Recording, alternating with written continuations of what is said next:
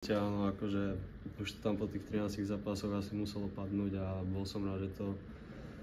že to padlo takýmto spôsobom a hlavne, že sme vyhrali. Jste s těma střelama ale hodně šetřil v těch zápasech, jo? Tak nie je to ľahké prestreliť asi niekedy aj 9 alebo 7 hráčov a tým pádom ja teraz som zatvoril oči a nejako to tam padlo, takže ja som rád za to, že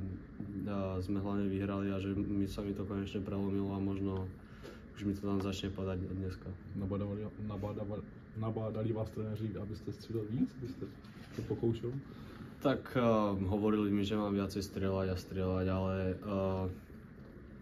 bolo to aj v mojej hlave trochu, že už by ten gól padol hod a či už pre moje sebavedomie alebo respektíve pre celý tým. To bude vždy dobre, keď viacej hráčov dá gól a tým pádom si myslím, že hlavne aj v presilovke, keďže tie niekedy rozhodujú zápasy, tak hlavne v takýchto tesných zápasoch a tým pádom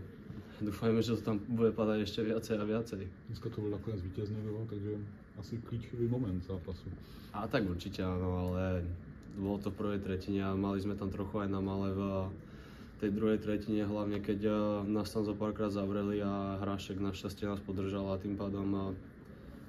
tretia výhra v rade sa mi zdá. Takže dúfam, že to bude pokračovať ešte ďalej a ďalej a v tej tabulke sa budeme stále posúvať. Máte za sebou skalpu dvou silných soupeřů v Třinci, v Pardubicích, tak nastupovalo se o to líp dneska, nebo jednodušší, snadněji, s větším sebevědomím? Myslím si, že čo mi chalani vravili, že tie týmy sú také vyrovnané a každý môže vyhrať s každým, ale určite to poteší, keď sa vyhrá nad Pardubicami a Třincom, keďže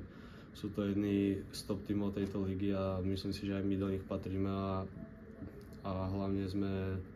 hlavne keď boli to také tesné zápasy a dokázali sme aj otočiť tie zápasy, takže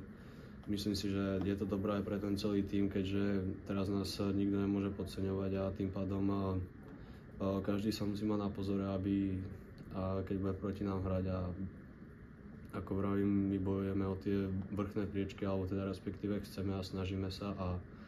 toto nám hlavne určite pomôže. Hraje sa už v závěru takové utkání o nulu pro brankáře? Určite áno, keďže je to dobré či už pre celý tým a hlavne aj pre toho brankára, keďže posledné zápasy sme dostali, či už proti Číncu sme dostali 4 góly a proti Pardubiciam 3 alebo neviem koľko, tak je to dobré mať tú nulu na tom konte a tým pádom nikto nie je nešťastný, keď je na tom ľade, keď sa dostane gól a hlavne pre tých brankárov je to úplne super. Same celkově, jaký máte pocit z té extraligy zatím po té první čtvrtině základní části pro vás konkrétně? A je to ťažká súťaž vlastne, není tu veľa šancí na to dať gól alebo respektíve sa presadiť a ako som povedal, každý môže vyhrať s každým a tým pádom je to o to ťažšie, keďže či už sa hrá proti tým slabším tímom na papieri alebo tým silnejším, tak hrá sa o tie dôležité body, aby každý chce skončiť v tej prvej štvorke a vyhnúť sa tomu 8 finále a play-off sa to dosť cení, akože tie sily a tým pádom čím lepší začiatok, tak tým to bude na konci pre nás o trošku ľahšie a čím viac bodov nazbierame na tom začiatku, tak je to iba dobré pre nás. Vy konkrétně máte ice time nějakých 23-24 minut. Je to takové potvrzení toho, že jste si vybral v létě dobře, že prostě chodíte tady na přesilovky na oslabení? Tak určite áno, akože ja som za to rád, nemôžem sa na nich sťažovať, ale hlavne dneska, keď v tej hale je teplo, tak niekedy mi nohy už tuhli a tým pádom to nie je najľahšie korčulovať hore dole a hlavne brániť týchto hráčov, takže ako vravím, som za to rád, ale určite je dobre, keď je to aj vyvážené, aby ostatní boli v tom tempe a tým pádom mi to aj mne pomôže tie sily trochu ušetriť a ja som za to iba rád. Blíží se reprezentační pauza. Já jsem viděl po zápase v Třinci, že jste tam vlastně s Markem Rivikem mluvili, s Vladimírem Orságem, tak padlo třeba něco i ohledně olympiády a takhle, nebo nějak, o čem jste se tak nějak bavili? Ja neviem, či to môžem prezradiť alebo nie, ale tak bavili sme sa určite o tej olympiáde a o tých zrazoch a sleduje nás, je tu blízko toho a hlavne keď sa hrá s Číncom alebo kde je vlastne veľa tých Slovákov a tých chalanov, ktorí sa môžu dostať na tú olympiádu, tak je to dobré ísť na ten zápas a ako vravím, tá olympiáda je ešte ďaleko a kto akú bude mať výkonnosť, takže ešte je to 3-4 mesiace pred nami a tým pádom každý ešte musí o to bojovať, teda okrem niektorých, ktorí už boli nominovaní do tých top 6, tak bude to ešte stále motivácia a tým pádom, keďže tá liga sa ešte bude sťažovať, čím to bude bližšie to play-off, tak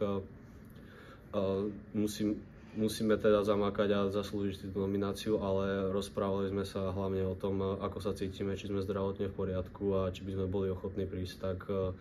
sme mu povedali, že samozrejme, keďže teraz už nie je nič,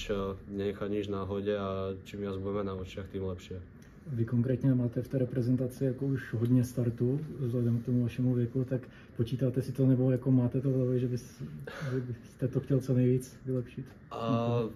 Počítať to určite nepočítam, keďže to už od 18 rokov som tam, čo som mal to šťastie, tak už